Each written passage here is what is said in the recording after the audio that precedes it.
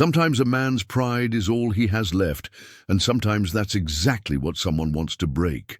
In the dusty town of Cedar Ridge, 1847, Silas "Wolf" McCrae stood in chains at the auction block. The most feared mountain man in 3 territories had finally been caught. His weathered hands and piercing grey eyes showed the wildness of a man who'd never bowed to anyone. The bounty hunters whispered about his legendary battles, defending his mountain territory against entire gangs. Then, Helena Fairchild stepped forward, the wealthiest widow for miles, dressed in silk that seemed out of place, raised her hand with calm authority. Her words shocked everyone present. But can a woman who has everything she's ever wanted truly tame a man who has never bowed to anyone before? We jump back in. Tell us where you're tuning in from. And if this story touches you, make sure you're subscribed, because tomorrow I've saved something extra special for you. "I'll buy this savage and tame him," Helena Fairchild declared, her voice carrying across the stunned crowd like a bell tolling in the mountain air. The words hung in the dusty silence of Cedar Ridge's main street, where livestock auctions usually drew bidders for cattle and horses, not human flesh. But nothing about this day followed the usual patterns, just as nothing about Helena Fairchild had ever followed the usual patterns for a woman in her position. She stood there in her emerald silk dress, its fine fabric a stark contrast to the rough-hewn buildings and dusty street around her. Her dark hair was pulled back in a perfect chignon, and around her throat lay a string of pearls that had been her grandmother's. Pearls that had seen Boston ballrooms and New York society gatherings, pearls that now witnessed something far more raw and primitive than they had ever adorned before. The pearl necklace caught the afternoon light as Helena stepped closer to the auction block, her heeled boots clicking against the wooden platform. Each step was measured, deliberate, the movement of a woman who had learned to command attention in rooms full of railroad barons and land speculators who believed women should be seen and not heard. But Helena Fairchild had never been a woman to follow such expectations. At 28, she had already buried one husband and inherited more wealth than most men would see in 3 lifetimes. Thomas Fairchild had been 15 years her senior when they married, a railroad magnate who saw in young Helena something more than just a pretty face to grace his arm at business dinners. He had recognized her sharp mind, her natural head for numbers, her intuitive understanding of human nature that made her invaluable in negotiations. When consumption took Thomas 2 years after their wedding, Helena found herself the sole owner of the Fairchild Railroad Company, with track lines stretching from Kansas City to the Colorado Territory. She also found herself the target of every ambitious man who believed a woman couldn't possibly run such an enterprise without masculine guidance. They had all learned to think differently. Now, as she faced the chained mountain man on the platform, Helena felt the familiar thrill of a calculated risk. She had built her fortune on reading people, on seeing possibilities where others saw only problems. And Silas McCrae, for all his fearsome reputation, represented the most interesting possibility she had encountered in years. The man himself stood 6 feet of coiled violence, barely contained by iron shackles. His hair was dark as a moonless night, hanging past his shoulders in a way that spoke of months in the wilderness. His beard was full but well trimmed, suggesting he took some care with his appearance even in the mountains. But it was his eyes that held Helena's attention, grey as winter storms, intelligent as any she had seen in a boardroom, and completely unbroken despite his current circumstances. Those eyes had seen death, she realized, had dealt it too. You see, stories that followed Silas McCrae through the territories spoke of a man who had single-handedly driven off entire gangs trying to claim his mountain territory. They said he could track a man through a blizzard, that he could disappear into rocks and trees like smoke, that he had never lost a fight and never backed down from one. They said he had killed 17 men in defense of his claim to the high country around Wolf's Peak, though Helena suspected the true number was both higher and lower than the stories claimed. Higher because desperate men in desperate times did what they had to do. Lower because reputation often grew in the telling. What the stories didn't capture was the intelligence in those storm-grey eyes, or the way he held himself with a dignity that iron chains couldn't diminish. This wasn't just a savage, as the auctioneer had called him.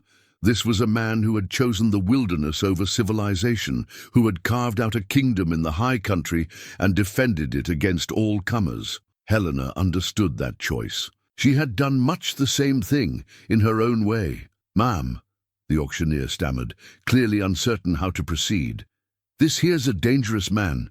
He's wanted for—" "I heard the charges," Helena interrupted smoothly. "Disturbing the peace, resisting arrest, assault on officers of the law." She looked directly at Silas as she spoke, noting the slight tightening around his eyes at the last charge. "All in defense of property that was legally his, from what I understand." Sheriff Morrison stepped forward, his badge catching the light. Helena knew him well.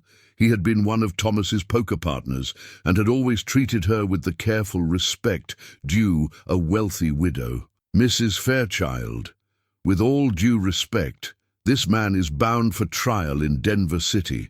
The territorial judge will be interested to hear that all charges have been resolved through payment of appropriate fines and damages," Helena said calmly, reaching into her silk reticule. She produced a leather folder containing legal documents. She had prepared that morning, having anticipated this very situation. "I believe $500 should cover any damages to property or persons." The crowd murmured at the astronomical sum. Most families in Cedar Ridge didn't see that much money in a year. Furthermore, Helena continued, "I am prepared to post bond for Mr. McCrae's future good behavior and to take full responsibility for his actions while he remains in my employ." "Your employ?" Sheriff Morrison's voice rose an octave. Helena smiled, the expression carrying just enough steel to remind everyone present that she had not built her fortune by being delicate. "Mr. McCrae has certain skills that would be valuable in protecting railroad property from unwelcome visitors. The high country routes have been experiencing difficulties with claim jumpers and bandits. Who better to handle such problems than someone who knows that territory intimately?" It was a reasonable explanation, even a logical one. The railroad had indeed been having troubles with men trying to jump claims along the mountain routes, and Silas McCrae's reputation would certainly discourage such activities. But Helena knew that wasn't the real reason she was making this play. Satu, real reason, stood before her in chains, radiating a wildness that called to something deep in her civilized heart. Here was a man who had never bowed, never broken, never compromised his essential nature for the sake of society's expectations. In a world where every man she met wanted something from her money, her connections, her hand in marriage for the power it would bring, here was one who looked at her with neither avarice nor calculation. He looked at her with the wary respect of one apex predator recognizing another. "I'll need to see proper documentation," Sheriff Morrison said weakly, but Helena could see he was already calculating the political advantages of having this problem solved so neatly. "Of course." Helena handed him the papers, then turned her attention fully to Silas McCrae. "The question, Mr. McCrae, is whether you find this arrangement acceptable." For a long moment he said nothing. His eyes studied her face, seeming to weigh something she couldn't quite read. When he finally spoke, his voice carried the rough edges of a man more accustomed to calling commands across mountain valleys than making conversation in parlors. "Seems to me a man in chains don't have much choice in the matter," he said. "There are always choices," Helena replied quietly. "The question is which ones we can live with." Something shifted in his expression at that. A flicker of what might have been recognition or respect. "And what exactly do you think you're buying, Mrs. Fairchild?" Helena felt the crowd pressing closer, eager to hear her answer. She also felt the weight of the moment, understanding that her next words would set the tone for everything that followed. "I'm not buying a man," she said clearly. I'm offering one an opportunity to keep his freedom while serving a purpose that needs his particular skills. The choice to accept is yours. It was a fine distinction, but an important one. She could see in his eyes that he understood the difference. Silas McCrae straightened to his full height, iron chains clanking softly. When he spoke, there was something almost like humor in his gravelly voice.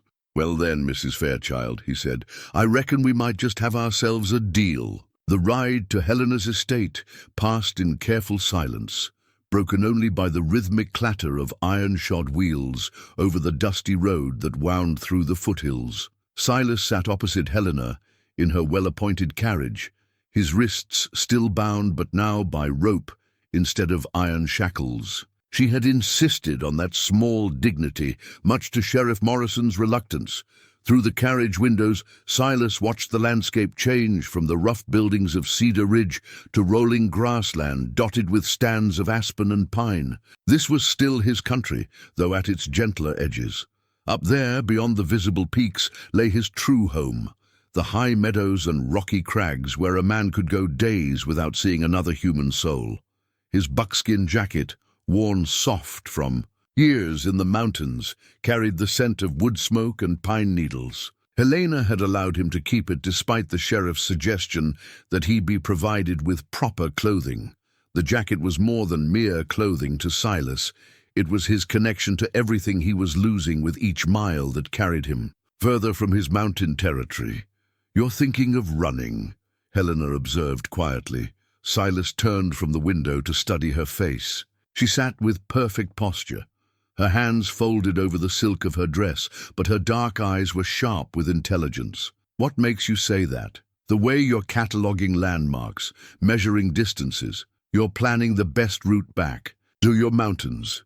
Her tone held no accusation, merely observation. "I should mention that my men have orders to stop you if you try." "Your men?" Silas tested the words. "How many?" "Enough." Helena's smile was slight, but not unkind. "I didn't build what I have by being careless about security." The carriage rounded a bend, and Silas got his first view of the Fairchild estate. The main house was a testament to Eastern wealth, transported to frontier soil. 3 stories of white-painted wood and stone, with broad porches and tall windows that spoke of a woman who refused to let the wilderness dictate her standards of living. Outbuildings dotted the property, stables, a blacksmith shop, what looked like quarters for a substantial number of employees. "Impressive," Silas admitted. "My husband believed that civilization was something you carried with you, not something you left behind." Helena's voice carried a note of old sadness. "He built this place to prove that the frontier didn't have to mean giving up beauty or comfort." As they approached the main house, Silas counted at least 6 armed men positioned at various points around the property, ranch hands by their look, but with the careful alertness of men who knew how to handle trouble. Helena hadn't been exaggerating about her security. The carriage stopped before the main entrance, and Helena stepped down with practiced grace. Silas followed, feeling the weight of watching eyes from every direction. His bound hands made the movement awkward, and he caught Helena's slight frown at the sight. "Cut those ropes," she told the driver. "Ma'am," Sheriff Morrison said, "Sheriff Morrison isn't responsible for Mr. McCrae's well-being while he's on my property." "I am." Helena's tone brooked no argument. "Cut the ropes." The driver reluctantly complied, and Silas flexed his freed hands, working circulation back into his fingers. The gesture wasn't lost on Helena, who nodded approvingly before turning toward the house. "Martha will show you to your quarters," Helena said as they climbed the front steps. "Dinner is at 7. I expect you to join me." Before Silas could respond, the front door opened to reveal a woman in her 50s with steel-gray hair and the bearing of someone accustomed to running a large household. Her eyes took in Silas with frank assessment, showing neither fear nor disapproval. "So you're the famous Wolf McCrae," Martha said, her voice carrying a slight Scottish accent. "I've heard the stories." "Don't believe everything you hear," Silas replied. Martha's smile was unexpectedly warm. I never do. Come along then. Let's get you settled. She led him through rooms that spoke of refined taste and substantial wealth. Persian carpets covered, polished hardwood floors, oil paintings in gilded frames adorned the walls, and crystal chandeliers caught the afternoon light streaming through tall windows. It was a world as foreign to Silas as the surface of the moon. His room was on the second floor, larger than most cabins he had known, with a four-poster bed, a writing desk, and its own fireplace. French doors opened onto a balcony that offered a view of the distant mountains. His mountains, though they seemed impossibly far away from this civilized vantage point. "There are clothes in the wardrobe," Martha said, gesturing to a large piece of furniture that probably cost more than most men's horses. "Mrs. Fairchild thought you might want to clean up before dinner." Silas opened the wardrobe to find garments that belonged in a gentleman's closet. Wool trousers, white shirts, a dark jacket cut in the Eastern style. "She wants to dress me up like a pet." "She wants to give you choices," Martha corrected gently. "What you choose says something about who you are." After Martha left, Silas stood on the balcony and studied the layout of the property. The mountains were perhaps 15 miles away, across rolling terrain dotted with stands of trees. A man on foot could make it in a long day's hard travel, assuming he could get past Helena's security. But as he planned the route, Silas found himself thinking about Helena's words in the carriage. She hadn't bought a man. She had offered one an opportunity. The distinction mattered, though he wasn't entirely sure why. At 7 o'clock, he presented himself in the dining room, wearing his own buckskin jacket over clean trousers from the wardrobe. It was a compromise of sorts, though he wasn't sure Helena would see it that way. She was waiting at a table that could have seated 20, though only 2 places were set. She had changed from her silk dress into something simpler, but no less elegant. A dark blue gown that brought out the color of her eyes. The pearl necklace was gone, replaced by a simple gold chain that caught the light from the chandelier overhead. "An interesting choice," she said, nodding at his jacket. "I'm still the same man who wore this in the mountains," Silas said as he took his seat. "Fancy clothes don't change that. I wouldn't want them to." Helena's smile was genuine. "Though I notice you did choose to bathe and shave." Silas touched his newly trimmed beard self-consciously. "Seemed polite." Dinner was served by silent staff who moved with practiced efficiency. The food was excellent. Roast beef, vegetables from Helena's own gardens, bread still warm from the ovens. It was a far cry from the simple fare of the mountains, though. Silas found he appreciated the craftsmanship that had gone into the preparation. "Tell me about your territory," Helena said as they ate. "The high country around Wolf's Peak." "Why do you want to know?"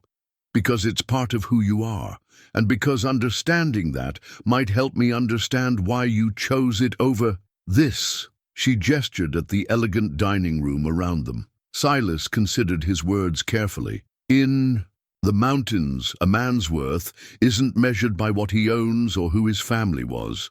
It's measured by what he can do, how he handles himself when things get hard. The country doesn't care if you've got money or connections. It only cares if you're strong enough and smart enough to survive." "And you were, for a while." Silas's voice carried old pain. "Until they decided my land was worth more than my right to it." Helena leaned forward slightly. "The railroad surveys." "Your railroad surveys?" Silas's eyes sharpened. "Not mine specifically." "But yes, the territorial government wants a rail line through the high passes. My company was asked to assess the feasibility." Helena met his gaze steadily. "I turned the project down." "Why?" "Because some things are worth more than profit, and because driving a man from land he's claimed and defended seemed—" She paused, searching for the right word. "Wasteful." They finished dinner in thoughtful silence, each taking the measure of the other. As they rose from the table, Helena turned to him with an expression that carried both determination and uncertainty. "I should tell you," she said, "that this arrangement, bringing you here, it wasn't entirely my idea." Silas went very still. "What do you mean?" I mean, someone suggested that you might be exactly what I needed to solve certain problems. Someone who knew about your situation and my requirements. Who? Helena hesitated, then shook her head. I'm not ready to share that information yet. But I wanted you to know that your capture and this opportunity aren't as coincidental as they might appear. For a moment, Silas felt the old familiar rage rise in his chest, the fury of a man who had been manipulated and controlled. But alongside the anger came something else, curiosity. Helena could have kept this information to herself, could have let him believe the whole arrangement was her idea alone. Instead, she had chosen honesty, even when it made her position more complicated. "Why tell me this now?" he asked. "Because if we're going to work together, it needs to be built on truth, not deception." Helena's voice was quiet but firm. "You deserve to know that you're part of something larger than a wealthy widow's whim." Silas studied her face in the lamplight, seeing the sincerity there alongside the steel. Whatever game was being played, Helena Fairchild was both player and pawn, just as he was. "What happens now?" he asked. "Now we see if a mountain wolf and a railroad queen can find common ground." Helena's smile was slight but genuine, and we both try to figure out who's really pulling the strings. 3 days into his stay at the Fairchild estate, Silas discovered Helena standing before a portrait in the library, her shoulders rigid with suppressed emotion. The painting showed a distinguished man in his 40s, with kind eyes and premature silver at his temples. Even without introduction, Silas knew he was looking at Thomas Fairchild. Helena didn't acknowledge his presence immediately, though he was certain she had heard him enter. The morning light streaming through the tall windows illuminated tear tracks on her cheeks that she had tried to wipe away. "He was a good man," she said finally, her voice carefully controlled. "Everyone said I married him for his money, but that wasn't true. I married him because he was the first person who ever listened to what I had to say about business and took it seriously." Silas moved to stand beside her, studying the portrait. Thomas Fairchild's painted eyes held intelligence and warmth, but also the subtle signs of the illness that would eventually claim him. "How long were you married?" 2 years, 3 months, and 16 days. Helena's precision spoke of someone who had counted every moment. "Not nearly long enough." "You loved him." "I did, and he loved me, not just my appearance or my father's connections, but my mind, my ambitions." Helena touched the gold chain at her throat. Her wedding ring hung there on the delicate links, Silas realized. "He taught me that a woman could be strong and still be loved for it." The vulnerability in her voice stirred something protective in Silas, something he hadn't felt since his early days in the mountains when he'd occasionally helped lost travelers find their way to safety. Helena Fairchild, for all her wealth and power, carried the same kind of deep hurt that he recognized in wounded animals, the kind that made them either dangerous or remarkably loyal, depending on how they were treated. "He would have liked you," Helena continued, turning away from the portrait to face Silas directly. "He always said the measure of a man wasn't his education or breeding, but how he handled himself when stripped of everything but his character. Sounds like a wise man. He was. And he would have understood why I—" She gestured vaguely between them, encompassing the strange arrangement that had brought Silas to her home. "Why I needed someone who couldn't be bought or intimidated or influenced by the usual means." Before Silas could ask what she meant, Martha appeared in the doorway with the particular expression that meant urgent business required Helena's attention. "Ma'am, there are gentlemen here to see you. They say it's about railroad business." Helena's posture shifted immediately from vulnerable widow to commanding businesswoman. "Who are they?" "Mr. Garrett and Mr. Voss from the Territorial Development Company." Silas saw Helena's jaw tighten almost imperceptibly. "Show them to the front parlor. I'll be there directly." After Martha left, Helena turned to Silas. "These men represent some of my more aggressive competitors. They've been trying to acquire my railroad holdings for months, and now they're here to make another offer, or to deliver a threat disguised as one." Helena straightened her shoulders. Would you care to observe? Your particular expertise might be useful in assessing their intentions. The front parlor was Helena's formal receiving room, decorated with expensive furniture arranged to emphasize her status while keeping visitors at a psychological disadvantage. Two men rose as she entered, their movements carrying the confidence of men accustomed to getting their way. Garrett was tall and lean, with the careful grooming of an Eastern businessman, while Voss was shorter and broader, with hands that suggested he'd once done physical labor before money elevated his station. Both wore expensive suits, but Silas noticed the slight bulge under Voss's left arm that indicated a shoulder holster. "Gentlemen," Helena said smoothly, taking her seat behind an imposing desk that had been Thomas's. "To what do I owe the pleasure?" "Mrs. Fairchild," Garrett began with practiced charm, "we hoped we might discuss a business proposition that would benefit all parties involved." "I wasn't aware we had business to discuss. I believe I made my position quite clear in our previous correspondence." Silas positioned himself near the window where he could observe both visitors while appearing to merely look out at the grounds. His mountain-honed instincts were alert to every subtle signal. The way Voss's eyes catalogued potential exits, how Garrett's smile never reached his eyes, the tension in their voices despite their polite words. "Circumstances change," Voss said, his voice rougher than his partner's cultured tones. "The territorial government is pushing harder for rail expansion. There's talk of federal incentives for companies willing to tackle the more challenging routes, such as the high country passes," Helena said neutrally. "Exactly." Garrett leaned forward, his enthusiasm appearing genuine.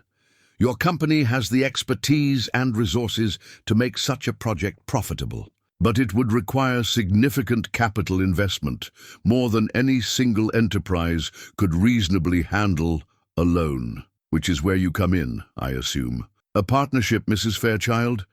Your technical knowledge and established roots, combined with our capital and political connections. We could accomplish together what none of us could achieve separately." Helena was quiet for a long moment, her fingers drumming softly against the desk's polished surface. Silas could see she was weighing more than just the business proposal.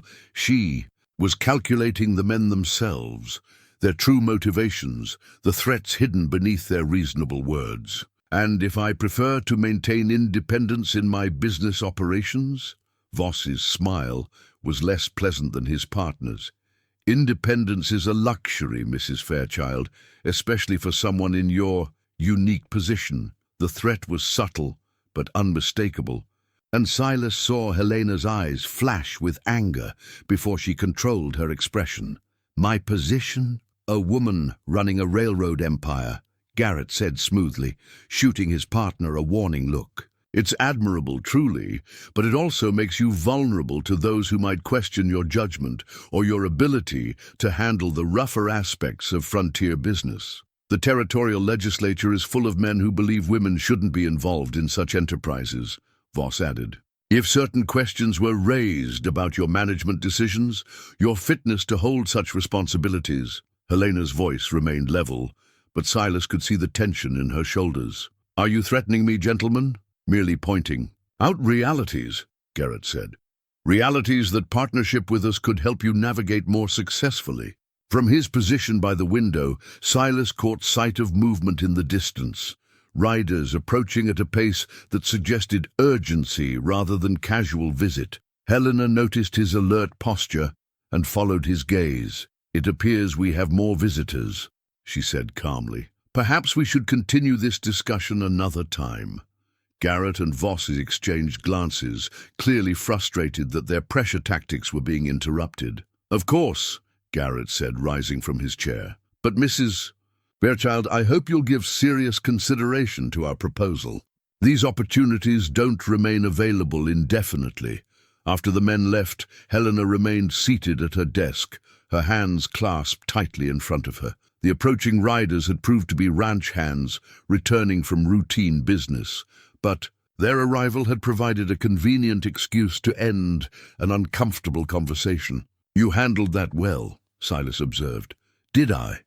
Because it felt like I just painted a target on my back. That target was already there. Now at least you know where the threat's coming from. Helena looked up at him with something like surprise. You think they're serious about causing trouble? I think they're the kind of men who don't take no for an answer, Silas said grimly, and I think they've got the resources to make good on their threats. Helena was quiet for a moment, then looked back at Thomas's portrait, visible through the open library door. He always said the railroad business was like the frontier itself, beautiful and profitable, but dangerous for anyone who wasn't prepared to fight for what they'd built. Sounds like you married a man who understood the stakes. I did. Helena's voice carried new resolve, and he wouldn't want me to surrender what we built together just because some men think a woman can't defend herself properly. Silas nodded approvingly. Then I reckon we better figure out how to prove them wrong. Helena found Silas in the stable the next morning, examining her horses with the practiced eye of a man who understood the difference between pretty animals and working ones. He had rejected the gentleman's clothing in the wardrobe in favor of his own buckskin jacket and borrowed work pants, a combination that somehow looked more natural on him than either extreme alone. Looking for an escape route? She asked, though her tone held more curiosity than accusation. Looking at your stock, you've got good animals here. Silas ran his hand along the neck of a sturdy bay gelding. This one's got mountain breeding. In him, built for rough country, Thomas chose them. He said a horse was like a business partner. You needed one that could handle whatever came up. Helena moved to the stall of a black mare with intelligent eyes. This is Duchess. She was his favorite. Good bloodlines, Silas observed, noting the mare's conformation. Strong chest, good bone. She'd do well in high country. Helena studied his profile as he examined the horses, seeing a different side of the man she was beginning to understand had many layers. You know horses. Had to. In the mountains, a good horse could mean the difference between making it home and feeding. The wolves. Silas moved to another stall, this one containing a magnificent stallion that nickered softly at his approach. Now, this one's interesting. The stallion was smaller than the others, but powerfully built, with the kind of alertness that suggested both intelligence and spirit.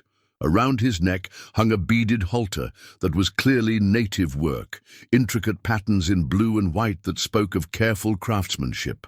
That's Storm, Helena said quietly.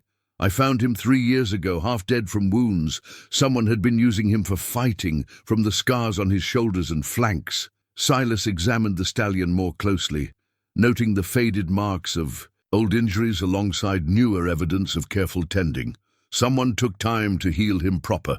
He wouldn't let anyone near him for months. Savage, the stable hands called him, said he was too damaged to be useful. Helena's voice carried a note of old pain that had nothing to do with the horse. But I could see something in his eyes, intelligence, pride.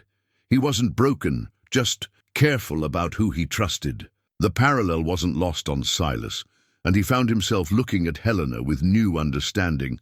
How'd you finally reach him? Patience. Time. Proving that not all humans meant him harm. Helena opened the stall door and stepped inside, the stallion immediately moving to nuzzle her hand. It took almost a year before he'd let me put a saddle on him. Now he's the most loyal mount I've ever owned. As she spoke, Silas noticed something carved into the wooden beam above the stall, a small figure of a wolf, so skillfully done it seemed ready to leap from the wood. The craftsmanship was native, but the subject matter sparked recognition in his memory. Where did you get this? He asked, pointing to the carving. Helena followed his gaze and smiled softly. A Cheyenne trader brought it to me after Storm recovered. He said it was a token of respect for someone who understood that healing took time and patience. She paused, studying Silas's expression. He called it wolf's wisdom. Silas felt something shift in his chest, a recognition that went deeper than mere coincidence. The carving was the work of Running Bear, a Cheyenne medicine man who had once tended Silas's own wounds after a particularly brutal encounter with claim jumpers. The old man had spoken of the wolf's nature, solitary but loyal, fierce in defense of what mattered, but capable of gentleness with those who earned trust. "The trader," Silas said carefully. "Old man, scars on his left hand from a bear attack?" Helena's eyes widened. "You know him?" "Running Bear. He's the one who gave me my name among his people." Silas touched the wooden wolf gently. "He saved my life once up in the high country. The implications hung between them. Too many connections for mere chance, too much coincidence for comfort." Helena's earlier admission that his capture and her offer weren't coincidental took on new weight. "Someone's been planning this for a long time," Helena said quietly. "Looks that way." Silas turned from the carving to meet her eyes. "Question. Are we dancing to someone else's tune, or are we making our own music?" Before Helena could answer, Martha appeared in the stable doorway with the brisk efficiency that meant urgent business. "Ma'am, you have visitors. Sheriff Morrison and a gentleman from the territorial capital." Helena's expression immediately became guarded. "What do they want?" "Wouldn't say, but they've got papers with them. Legal documents by the look of it." In the front parlor, Sheriff Morrison looked uncomfortable, while his companion, a thin man in an expensive suit, radiated officious authority. The stranger introduced himself as Territorial Judge Whitman, and his presence immediately put Helena on alert. "Mrs. Fairchild," Judge Whitman began without preamble, "I'm here regarding irregularities in the transfer of custody of one Silas McCrae." "What irregularities?" Helena's voice was carefully controlled. The charges against Mr. McCrae were quite serious. Murder, in fact, not the minor offenses listed in Sheriff Morrison's paperwork. Silas went very still, his mountain-trained instincts screaming danger. From his position near the window, he could see armed men positioning themselves around the property, not Helena's people, but strangers who had arrived with the judge. "Murder." Helena's voice sharpened. Sheriff Morrison made no mention of murder charges. Sheriff Morrison shifted uncomfortably. "Well, ma'am, there was some confusion about the exact nature—" "The confusion," Judge Whitman interrupted, "stems from the fact that Mr. McCrae killed 2 men while resisting arrest. That makes this a territorial matter, not something that can be resolved through local fines and bonds." Helena's eyes flashed with anger. 2 men who were trying to burn him out of legally claimed territory. 2 men who were working for interests that wanted his land. Regardless of justification, murder is murder under territorial law. Judge Whitman produced a set of official-looking documents. "I'm here to take Mr. McCrae into territorial custody for proper trial." Silas could see the trap now, the careful orchestration that had led to this moment. Someone had wanted him off his mountain, but not just to clear the land. Someone had wanted him here, at Helena's estate, vulnerable and dependent on her protection. Now that same someone was applying pressure, using his legal troubles as leverage against both of them. "And if I refuse to surrender him?" Helena asked. Judge Whitman's smile was cold. "Then you'll be charged as an accessory after the fact. Your railroad holdings would be subject to territorial seizure pending resolution of the charges." The threat was elegant in its simplicity. Surrender, Silas, or lose everything. Helena's face had gone pale, but her voice remained steady. "I see. And who exactly brought these new charges to your attention, Judge Whitman?" "Concerned citizens who believe justice should be served regardless of personal arrangements." Silas caught Helena's eye and saw her slight nod. She understood, as he did, that they were being maneuvered by forces that had been planning this. Une confrontation for months. The question now was whether they would submit to the manipulation or find a way to turn the game to their advantage. "I'll need time to consult with my attorneys," Helena said calmly. "Of course, but Mr. McCrae will need to come with me now for his own protection and that of the community." Silas stepped forward, his movement causing the judge's men to tense.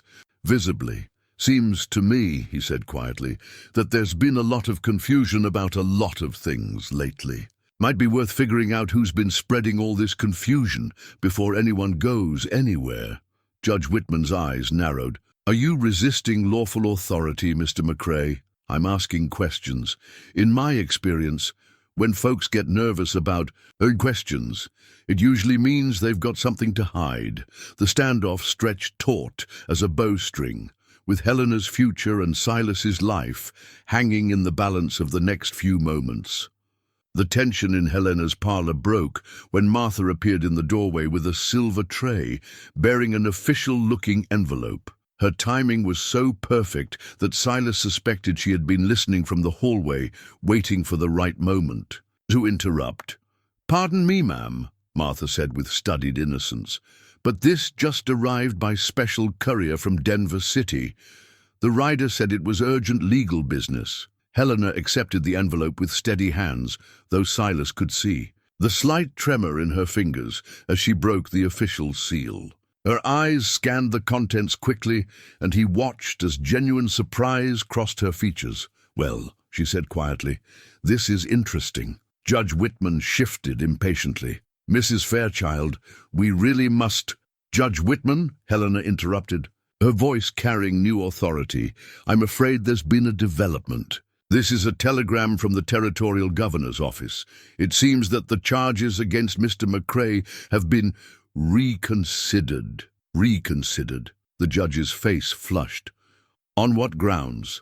Helena's smile was sharp as winter steel. "It appears that witnesses have come forward with testimony that the two men Mr. McCrae allegedly murdered were in fact claim jumpers operating under false documents. Furthermore, they were armed and had threatened Mr. McCrae's life repeatedly before he was forced to defend himself." Silas watched Judge Whitman's reaction carefully, noting the way the man's jaw tightened, and his eyes darted toward the windows where his men waited. This wasn't the response of someone learning unexpected news. This was the reaction of someone whose carefully laid plans had just collapsed. "That's impossible," Whitman said too quickly.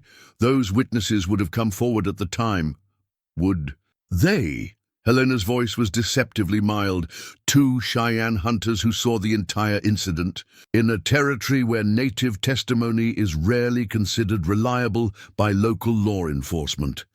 The implication hung in the air like smoke from a campfire. Sheriff Morrison looked increasingly uncomfortable, clearly realizing he had been manipulated into a situation beyond his understanding or control. "Furthermore," Helena continued, reading from the telegram, "the governor has ordered a full investigation into irregular land claims in the high country, with particular attention to parties who may have used intimidation or violence to drive off legitimate claimants." Judge Whitman's face had gone pale beneath his careful composure. "Mrs. Fairchild, I'm sure we can work out any misunderstandings." "Oh, I'm sure we can." Helena folded the telegram with deliberate precision. "Sheriff Morrison, I believe Judge Whitman and his men can find their own way off my property. Mr. McCrae and I have business to discuss." After the unwelcome visitors departed, Judge Whitman's men retreating with obvious reluctance, Helena poured herself a glass of brandy from Thomas's crystal decanter. Her hands were steadier now, but Silas could see the cost of the confrontation in the tight lines around her eyes. "That telegram came awfully conveniently," he observed. "It did, didn't it?" Helena's smile was enigmatic, almost as if someone anticipated this exact situation and prepared accordingly. "Someone who's been pulling strings from the beginning." Helena nodded slowly. "The same someone who suggested you might be exactly what I needed. The same someone who made sure Running Bear knew about Storm's recovery. The same someone who's been orchestrating this entire dance." Silas moved to the window, studying the grounds where Judge Whitman's men had positioned themselves just minutes before. "Question is, are they on our side or just using us for something bigger? Does it matter, as long as our interests align?" "It might." Silas turned back to face her. "In the mountains, you learn to pay attention when predators start working together. Usually means something bigger is coming that they know about and you don't." Helena was quiet for a moment, swirling the brandy in her glass. When she spoke, her voice carried a thoughtful quality that suggested she was working through possibilities in her mind. "There are rumors," she said finally, "about federal legislation that would give enormous land grants to railroad companies, willing to tackle the most difficult routes through places like your high country." How enormous. Large enough to make controlling those routes worth almost any investment. Large enough to make my little railroad empire either very valuable or very much in the way. Silas felt the pieces clicking into place like the mechanism of a well-made trap. "So someone needs you to have those high country routes surveyed and claimed before the legislation passes.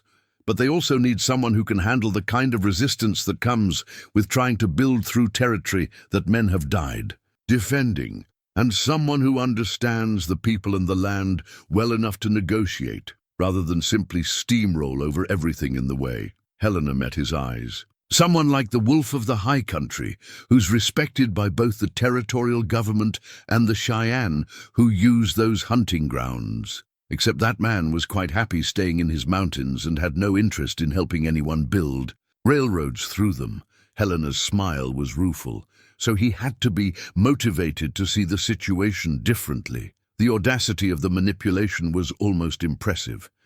Someone had identified exactly what they needed, then arranged circumstances to force both Helena and Silas into positions where cooperation served everyone's interests. "There's still the question of who," Silas said.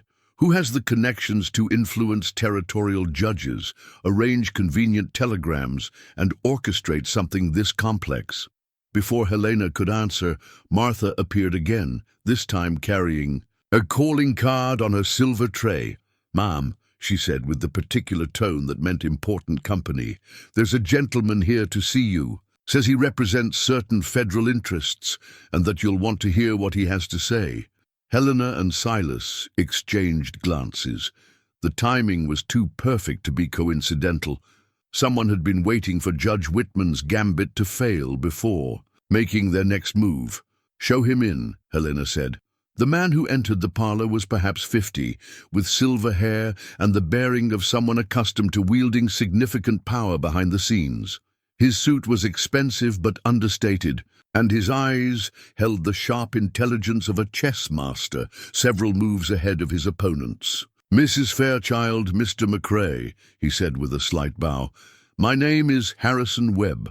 I represent certain interests in Washington that have been following your situation with great attention." "Federal interests," Helena said neutrally. 2 weeks. After Webb's visit, Helena found herself studying her reflection in her mother's dressing mirror, fingering the simple gold band that had hung around her neck since Thomas's death. The wedding ring caught the lamplight, its worn surface holding memories of promises made and kept, of love discovered and lost too soon. She had worn it on her finger for only 2 years, but it had hung over her heart for 3 times that long, a reminder of what she had found with Thomas, and a shield against the possibility of losing herself to such vulnerable joy again. "You're thinking about taking it off," Silas said from the doorway.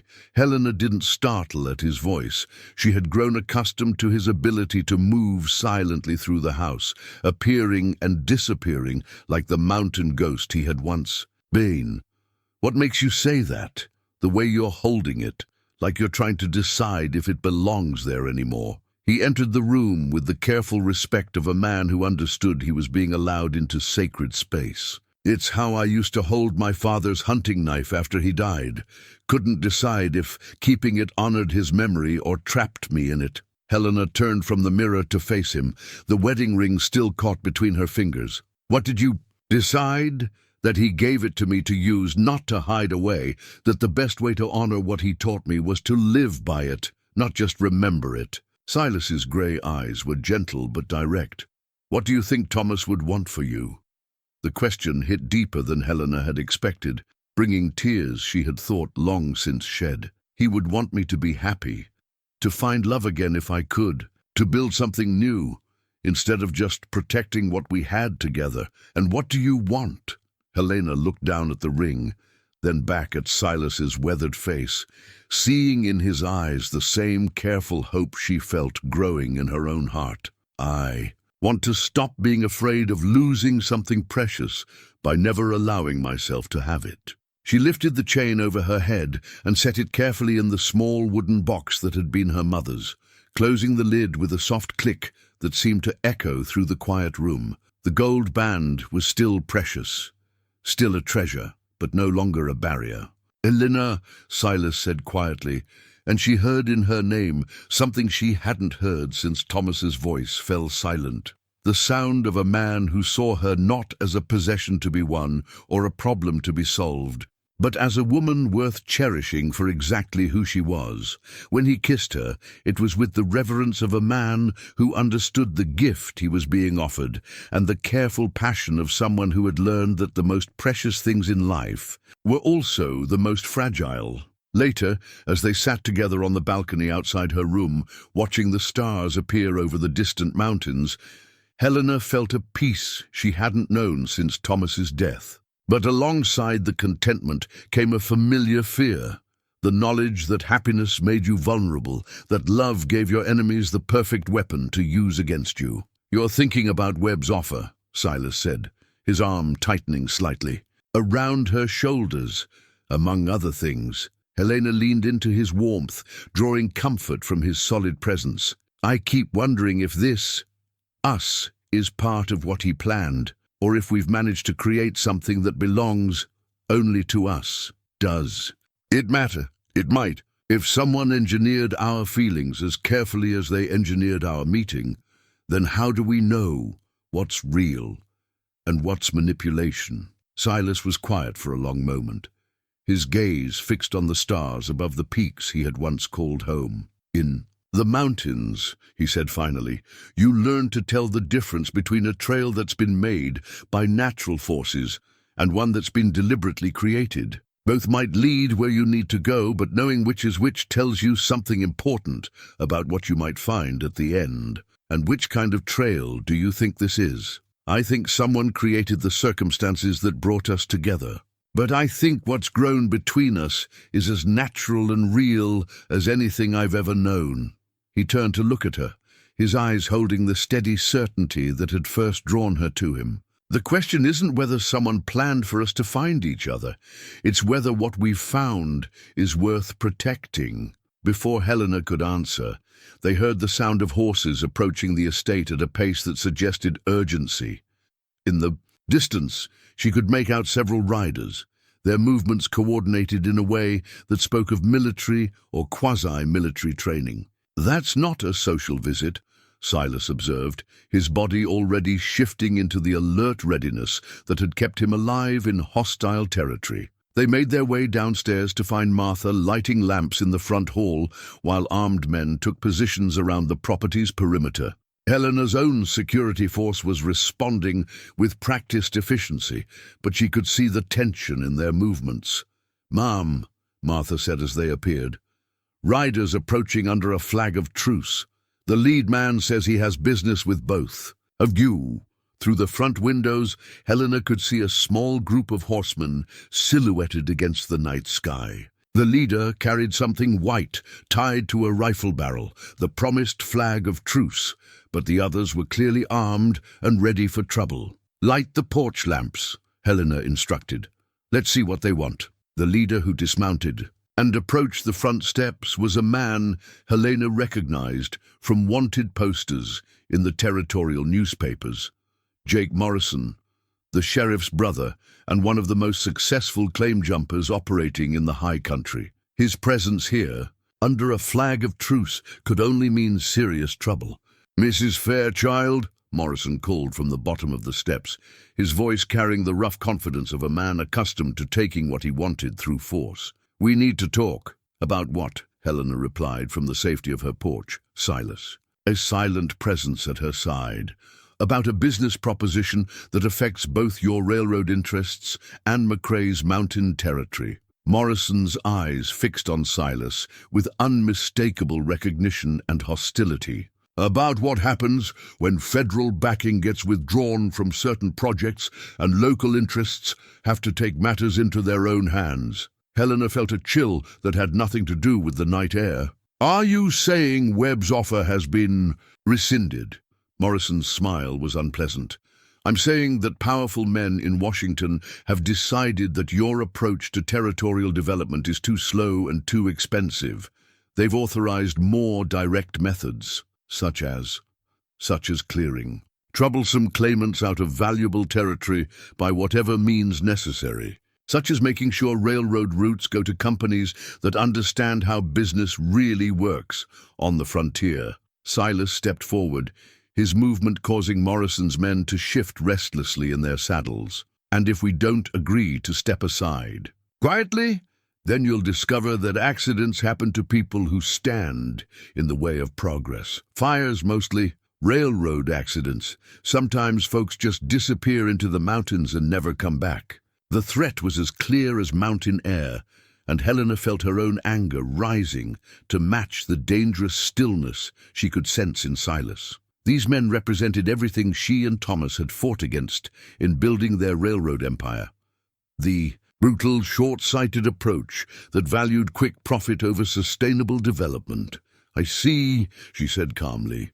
And what makes you think we'll be intimidated by threats from common criminals? Morrison's laugh was harsh. Because we're not common criminals anymore, lady. We've got federal backing now, territorial authority, and enough men to make good on every promise we make. He remounted his horse, the animal dancing nervously beneath his harsh hands. You've got 3 days to consider your options. After that, we start making decisions for you. As the riders disappeared into the darkness, Helena and Silas stood together on the porch, each understanding that the careful game they had been playing had just become something far more deadly. Well, Helena said quietly, I suppose that answers our question about which kind of trail we're on. Silas nodded grimly, his hand moving instinctively to where his knife would have hung in the old days. And what we're going to have to do to protect what matters. Helena found the letter the next morning, slipped under the door of her private office, where she handled the most sensitive railroad business. The paper was expensive, the handwriting educated, and the content destroyed every assumption she had made about her situation. My dear Helena, by now you will have received Morrison's ultimatum, and you will be wondering how your carefully laid plans went so wrong so quickly. The answer, I'm afraid, lies in truths I should have shared with you from the beginning. I have been Harrison Webb's partner from the start of this enterprise, though not by choice.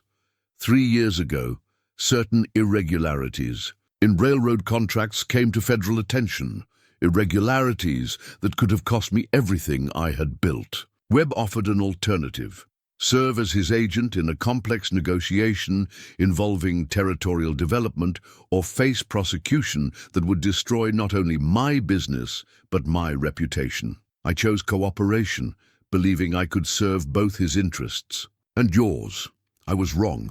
The plan was elegant in its simplicity: create circumstances that would force you and Silas McCrae into partnership, then use that partnership to secure rights to the high country routes. Your technical expertise, his territorial knowledge, and federal backing would accomplish what military force had failed to do: open the mountain passes to railroad development while maintaining peace with the tribes. But Webb never intended to honor the partnership terms. Once the routes were secured and the surveys completed, you and McCrae were to be eliminated as potential complications.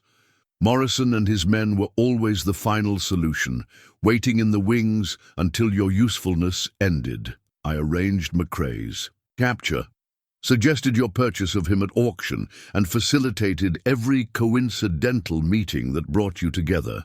I even arranged for Running Bear to prepare both of you psychologically for what was coming, though the old medicine man believed he was helping 2 wounded souls find healing in each other. What I didn't plan for was how completely you would zoot each other, or how watching your partnership develop would remind me of what I had lost when I chose fear over courage 3 years ago. By the time you read this, I will have withdrawn my cooperation from Webb's scheme and taken steps to warn the tribal leaders what is really planned for their hunting grounds.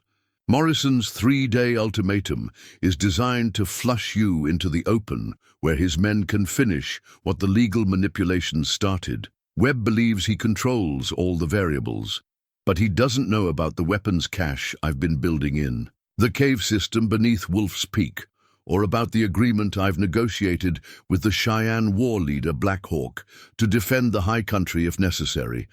Find the cave. Arm your people. Trust no one but each other, with regrets and hopes for your future. Marcus Donovan Construction and Development. Helena's hands shook as she finished reading. Marcus Donovan was Thomas's oldest business partner, the man who had designed and built most of her railroad infrastructure, the man she had trusted with her most sensitive projects. He had been at Thomas's funeral, had held her hand during the worst of her grief, had offered counsel and support through the difficult early days of running the company alone. He had also been the one who suggested she might benefit from hiring additional security for the high country routes, the one who had mentioned hearing stories about a remarkable mountain man who might be useful for such work, the one who had been conveniently absent when she needed to make the decision about purchasing Silas from the auction block. "Bad news?" Silas asked from the doorway, his voice carefully neutral. Helena looked up to find him studying her expression with the alertness of a man who had learned to read danger in subtle signs. She handed him the letter without speaking, watching his face as he absorbed the magnitude of the betrayal. "Son of a bitch," he said quietly when he finished reading. "He played us from the beginning. He played everyone." Helena's voice was hollow with the realization of how completely she had been manipulated. Webb, Morrison, even Running Bear. We've all been pieces in a game we didn't know we were playing. Silas set the letter aside and moved to the window, his eyes scanning the distant mountains with new urgency. "Question is, what do we do about it now? We find this weapons cache. We warn your tribal friends what's coming. We figure out how to turn the tables on people who think they're holding all the cards. That's a tall order against federal backing and territorial authority." Helena stood and moved to the safe where she kept her most important documents, working the combination with steady fingers despite the turmoil in her mind. "Maybe, but Donovan made one mistake in his letter."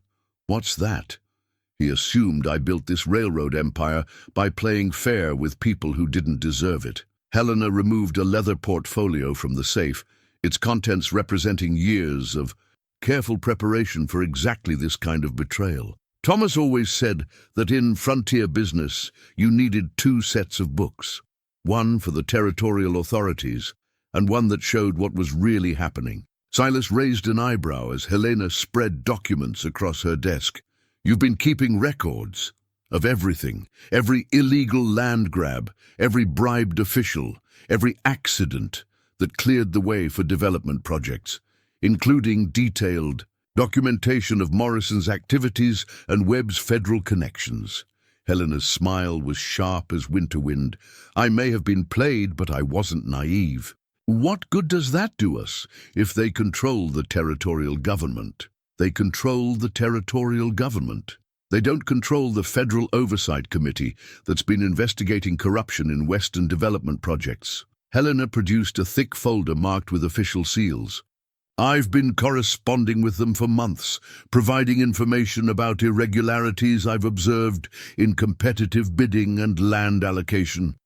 Silas stared at her with something approaching admiration. "You've been building a case. I've been protecting my interests, but yes, it amounts to the same thing." Helena gathered the documents with brisk efficiency. "The question now is whether we can get this information to the right people before Morrison's ultimatum expires, and whether we can survive long enough for federal investigators to act on it." Helena moved to another section of the safe, removing a small wooden box that seemed oddly familiar to Silas. When she opened it, he understood why.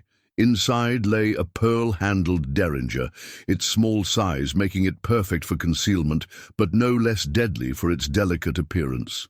"Thomas gave this to me on our wedding day," Helena said, checking the weapon with practiced competence. "He said a woman in frontier business needed to be prepared for all kinds of negotiations. You know how to use it?" Helena's smile held memories of long afternoons on the back 40, learning to shoot bottles off fence posts while Thomas called out encouragement and corrections. "Well enough. Good. Because if Donovan's right about the timeline, we're going to need every advantage we can get." As if summoned by their conversation, Martha appeared in the doorway with her usual impeccable timing. "Ma'am, there's a Cheyenne rider approaching under the peace sign. He says he carries words from Running Bear that cannot wait." Helena and Silas exchanged glances, both understanding that their quiet planning time had just ended. Outside, they could see a lone horseman approaching at a pace that spoke of urgent news. His mount lathered with sweat from hard riding. The rider was a young warrior Helena didn't recognize, but Silas clearly did. "That's Swift Arrow, one of Blackhawk's war party. If he's here alone, it means something's gone wrong up in the high country." The young Cheyenne dismounted and approached with the formal dignity of a man delivering important messages. When he spoke, it was directly to Silas, in the mixture of English and Cheyenne that was common among traders and mountain men. "Wolf who walks alone. Running Bear sends word. The one who builds with iron and lies has been taken by the men who steal land. They hold him in the place of many wooden walls near the river that runs silver." Silas's jaw tightened. "Morrison's got Donovan. There is more," Swift Arrow continued. "The men who steal land have many horses, many guns. They move toward the sacred hunting grounds with fire that burns all. Running Bear says the old agreements are broken. The time for war councils has passed." Helena felt the last pieces of their careful world crumbling around them. Morrison hadn't just threatened them, he had acted, capturing the one man whose testimony could expose the entire conspiracy and beginning the violent clearing of the high country that Webb's plan had always envisioned.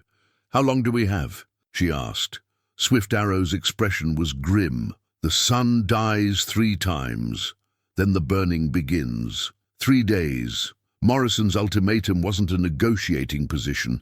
It was a countdown to open warfare in the high country, with Donovan held as leverage, to ensure their cooperation, and the tribal leaders facing destruction of their sacred lands. "Then we'd better move fast," Silas said quietly, "because everything we've built together is about to be tested by fire." The cave system beneath Wolf's Peak was everything Donovan had promised and more, a natural fortress carved by centuries of water flow, with chambers large enough to hide an army, and passages that connected to a dozen different exits across the mountain face.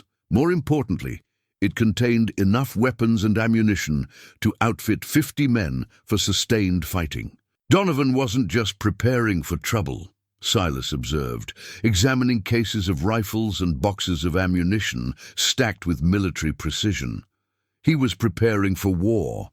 Helena ran her hands over the smooth stock of a Winchester repeating rifle, feeling the quality of the weapon and understanding the magnitude of what Donovan had sacrificed to give them this chance. He knew this day would come, maybe not exactly how or when, but he knew. They had ridden hard through the night to reach the cache, accompanied by Swift Arrow and 6 of Helena's most trusted men. The journey had taken them through country that Silas knew like his own heartbeat, following game trails and hidden paths that would be invisible to Morrison's forces. Now, as dawn painted the eastern peaks in shades of gold and rose, they faced the reality of what the next few days would demand. "The tribal council has agreed to fight," Swift Arrow reported, returning from a scouting mission to the Cheyenne camp. "Black Hawk brings 30 warriors, all armed with weapons your army left behind at the Washita fight. Running Bear says the mountain spirits are angry, that the time for patience has ended." Helena studied the young warrior's face. seeing in his eyes the same resolve she had learned to recognize in Silas, the look of a man prepared to die for what he believed in. And the other tribes, the Arapaho, the Ute, word has been sent. Some will come, some will not, but enough will stand with us to make the men who steal land pay dearly for their greed. 30 warriors, 6 railroad men, and 2 people who should have known better than to trust anyone in this business, Silas said, his tone grim but not hopeless. Against how many? Morrison's got at least 40 men, maybe 50, Helena replied, consulting the intelligence reports she had been gathering for months, plus whatever federal resources Webb can call on if things go badly. Then we'd better make sure things don't go badly. Silas moved to a detailed map of the high country that Donovan had marked with defensive positions and supply caches.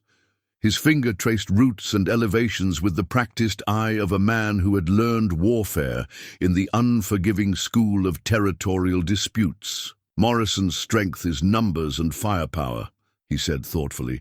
His weakness is that he doesn't really know this country.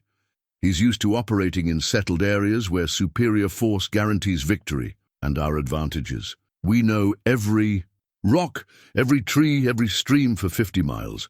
We've got allies who've been fighting in this terrain for generations. And we've got something Morrison doesn't understand, a reason to fight that goes deeper than money or orders. Helena nodded, feeling the truth of his words settle into her bones. This wasn't just about protecting railroad interests or territorial claims anymore.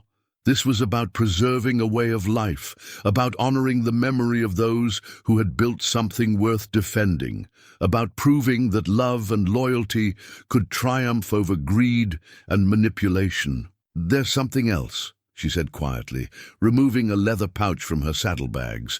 Inside were the documents she'd been preparing for the Federal Oversight Committee, detailed records of corruption, bribery, and illegal activities that implicated Morrison, Webb, and a dozen other powerful men in a conspiracy that reached into the highest levels of territorial government. Insurance, Silas asked.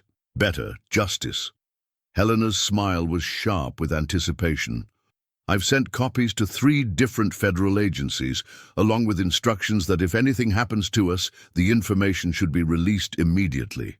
To the territorial newspapers and the Denver city prosecutors. Swift Arrow studied the documents with interest, though Helena doubted he could read the English text. These papers will bring down the men who steal land. These papers will destroy their political protection and their federal backing. Helena confirmed. Win or lose, they'll face consequences for what they've done. Good, the young warrior said with satisfaction. But first, we must live long enough to see justice done. That afternoon, they were joined by Running Bear himself, the old medicine man arriving with a dignity that made even Helena's hardened railroad men treat him with automatic respect. His scarred hands bore fresh paint in the traditional patterns. For war, and around his neck hung a necklace of bear claws that spoke of power earned through decades of courage and wisdom. Wolf who walks alone, he said to Silas, his English careful but clear. The spirits have shown me the path this fight will take. There will be much blood spilled before the sun sets on the 3rd day. Whose blood? Silas asked. Running Bear's. Smile was enigmatic. The blood of those who choose war over wisdom, greed over honor. Some will be ours, some will be theirs. But the mountain will remember only those who fought for what was right. The old man turned to Helena, his dark eyes seeming to see directly into her soul. Woman who builds iron roads, you have chosen to stand with the mountain people against your own kind. This will cost you much. I've already lost more than most people ever have, Helena replied quietly. What I stand to lose now is worth the risk. And what you stand to win? Helena's eyes found Silas across the cavern, seeing, in his weathered features, the same hope and determination that had carried her through the darkest days after Thomas's death. A future worth building. Running Bear nodded approvingly. Then the spirits will guide your bullets and strengthen your hearts. But remember, victory in war is not always measured by who survives the battle. As evening approached, they finalized their defensive plans.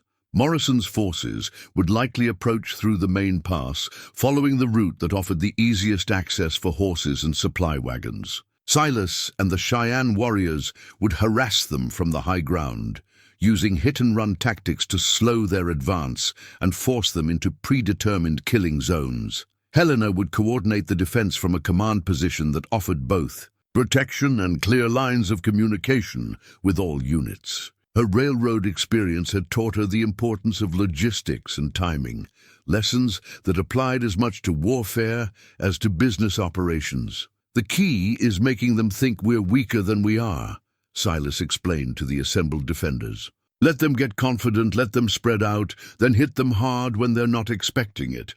"And if they don't take the bait?" asked Tom Bradley, Helena's chief engineer and a former Union Army sergeant who had seen action at Gettysburg. "Then we make them pay for every yard of ground until help arrives, or they decide the cost isn't worth it." Silas's tone was matter-of-fact, but Helena could see the weight of responsibility in his eyes. "Either way, we make sure they understand that some things can't be bought or stolen." As night fell over the mountains, Helena found herself standing at the cave entrance, looking out over the starlit peaks that had become more home to her than any mansion or railroad office. Silas joined her, his presence a comfort against the uncertain darkness. "Second thoughts?" he asked quietly. "About the fight?" "No." Helena leaned against his solid warmth, drawing strength from the man who had become the center of her world. "About whether we'll both see the other side of it? That's harder. In the mountains, you learn not to borrow trouble from tomorrow," Silas said, his arm tightening around her shoulders. "Today's challenges are enough to handle.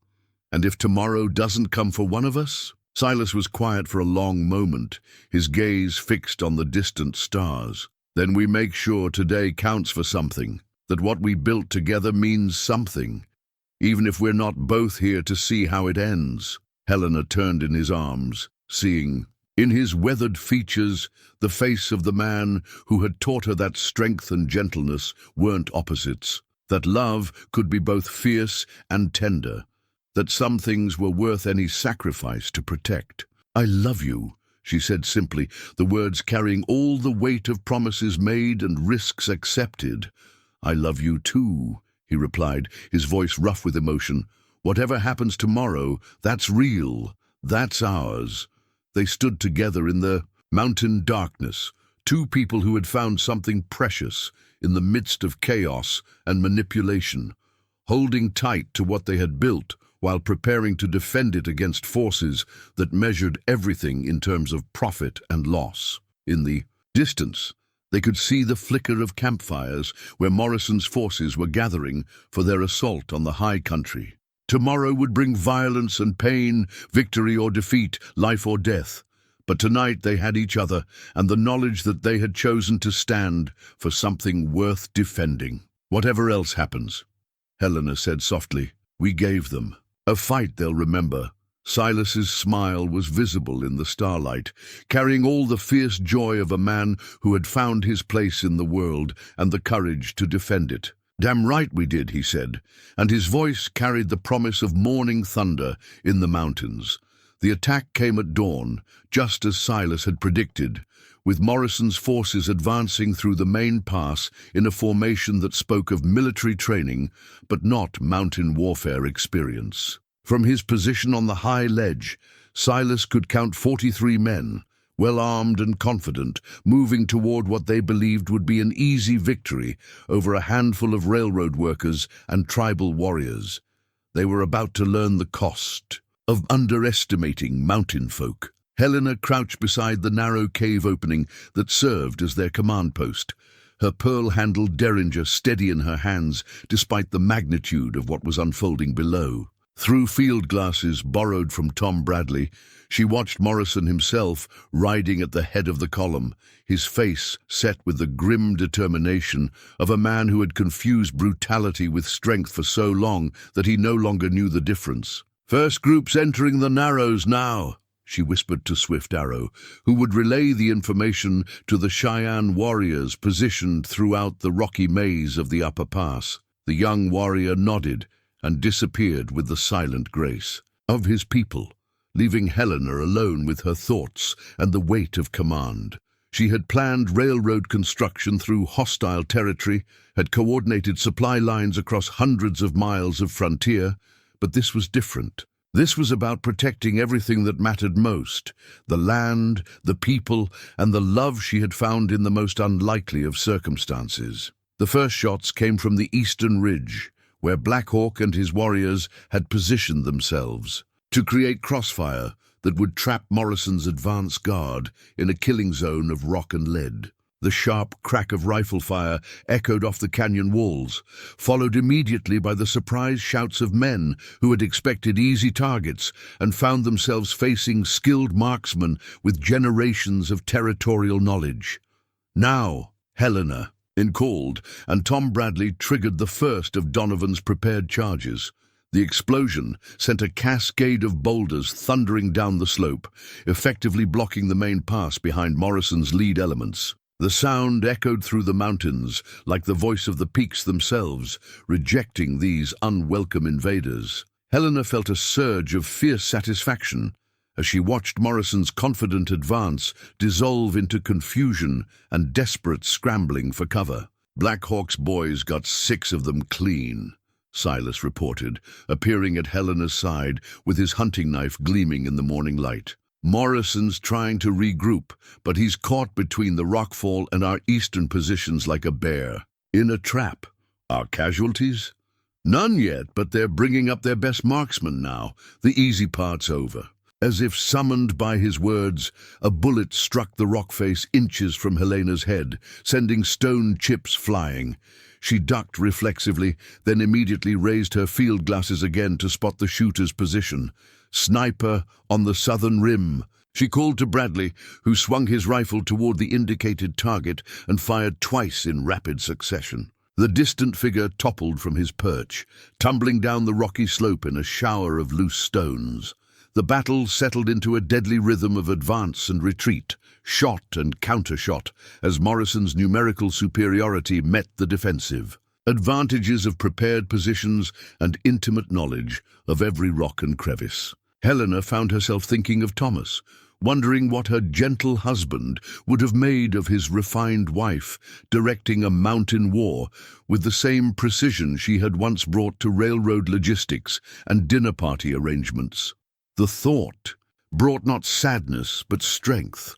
Thomas had taught her that true civilization wasn't about fancy manners or expensive clothes. It was about standing up for what was right, regardless of the personal cost. Mrs. Fairchild. Swift Arrow reappeared at the cave entrance, his young face tight with urgent news. The men who steal land have divided their force. Half remain to pin us here, but the others circle through the old hunting trails to attack. From behind, Helena felt her blood turn to ice water. Morrison was proving smarter than they had credited him with. While the main battle held their attention, he was sending a flanking force to cut off their escape routes and crush them between. 2 fires. How many in the flanking group? Silas demanded. 20 men, perhaps more, led by the one with winter hair who speaks for the Eastern moneymen, Webb. The federal agent had come personally to oversee the elimination of the final obstacles to his grand scheme, and he had brought enough firepower to finish what Morrison had started. Can Black Hawk's warriors intercept them? Swift Arrow's expression was grim. Black Hawk holds the eastern ridge against the main force. If he moves to stop the flankers, Morrison breaks through here and we are caught like rabbits in a snare. Helena studied the tactical situation with the same analytical mind she had once applied to complex engineering challenges. They were outnumbered, outgunned, and now being outmaneuvered. In any conventional engagement, this would be the moment to consider surrender or strategic withdrawal. But Helena Fairchild had not built a railroad empire by accepting conventional limitations, and she would not start now. "Tom," she called to Bradley, "how many more charges did Donovan leave us?" 3 large ones, plus maybe a dozen smaller blasting charges. The former Union sergeant's weathered face showed understanding of her thinking.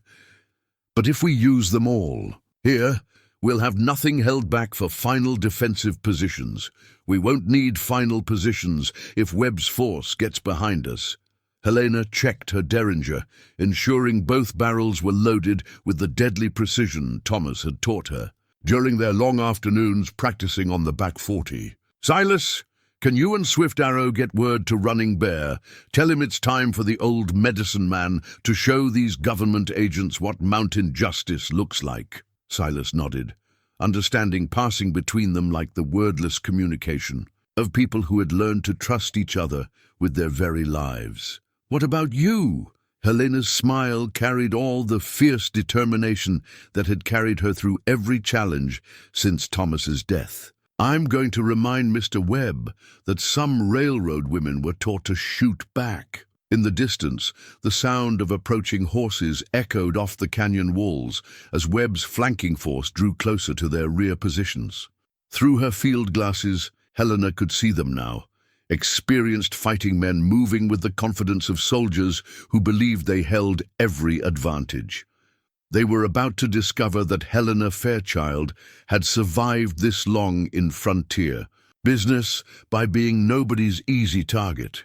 Webb's flanking force had nearly reached the hidden trail that would put them behind the defenders' positions when Running Bear's trap was sprung. The old medicine man had spent the night preparing more than war paint and prayers.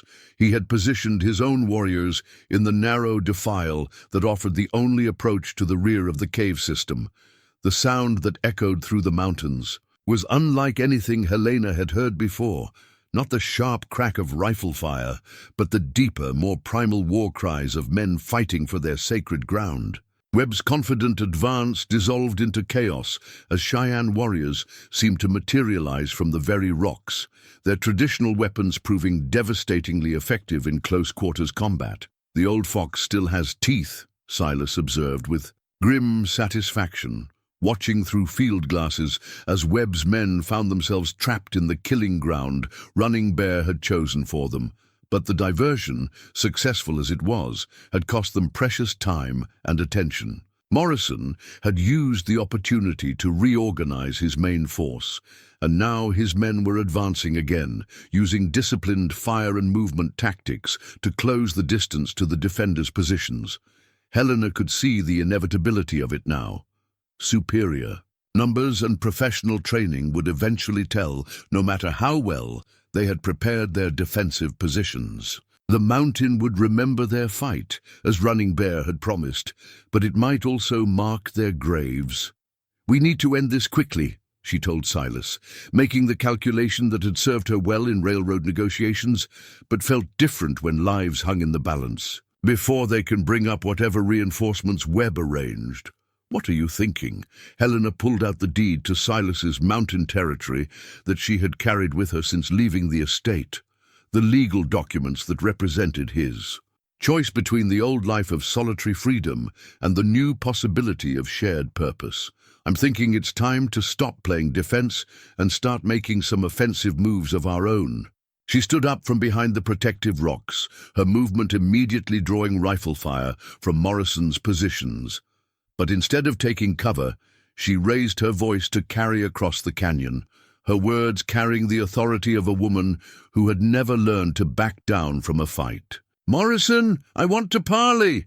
The gunfire slackened as Morrison's men looked to their leader for guidance. Helena could see him through the field glasses, his face twisted with the frustration of a man whose easy victory had turned into a costly siege. "You're in no position to negotiate, lady," he called back. "Aren't I?" Helena held up the legal documents, making sure they were visible to the attacking force. "These papers prove that every acre you're fighting for was legally claimed and properly filed. When the federal investigators finish reading them, your backing disappears, and your authority with it. You're bluffing." Helena's laugh carried clearly across the canyon. "Am I? Tom Bradley, show Mr. Morrison what we think of his federal authority." Bradley triggered the largest of Donovan's remaining charges, and the explosion sent a section of the canyon wall crashing down directly into the path Morrison's men had planned to use for their final assault. The message was clear. They could continue this fight, but it would cost them far more than they had expected to pay. In the sudden silence that followed the explosion, Helena could hear Webb's voice from the direction of Running Bear's ambush, shouting orders that sounded increasingly desperate. The federal agent was learning what Morrison had already discovered, that mountain warfare was different from the political battles he was accustomed to fighting. "Last chance, Morrison," Helena called.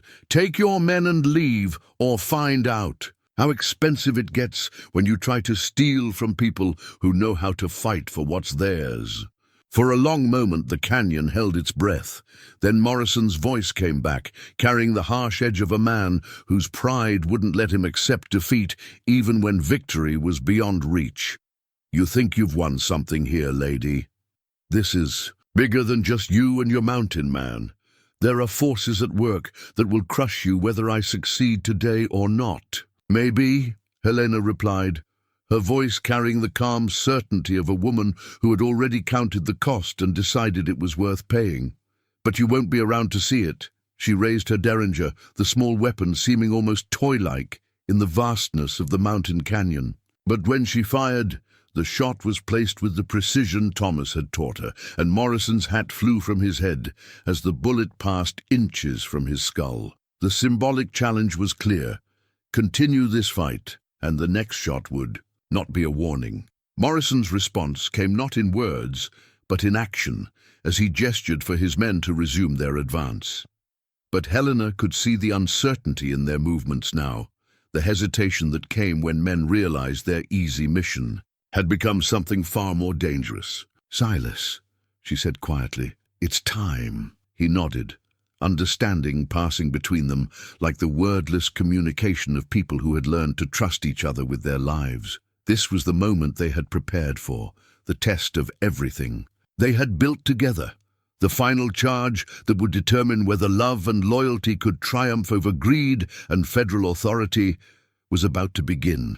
6 months later, Helena stood on the platform at Cedar Ridge Station, watching the first passenger train prepare for its maiden run through the high country passes. The locomotive was one of her own design, built specifically for mountain operations, and the route it would follow had been surveyed and negotiated with the full cooperation of the tribal councils. The battle in the canyon had ended not with a final devastating charge, but with the arrival of federal marshals responding to Helena's carefully planted evidence. Morrison and Webb found themselves facing arrest warrants instead of victory, their political backing evaporating the moment. Their corruption became public knowledge.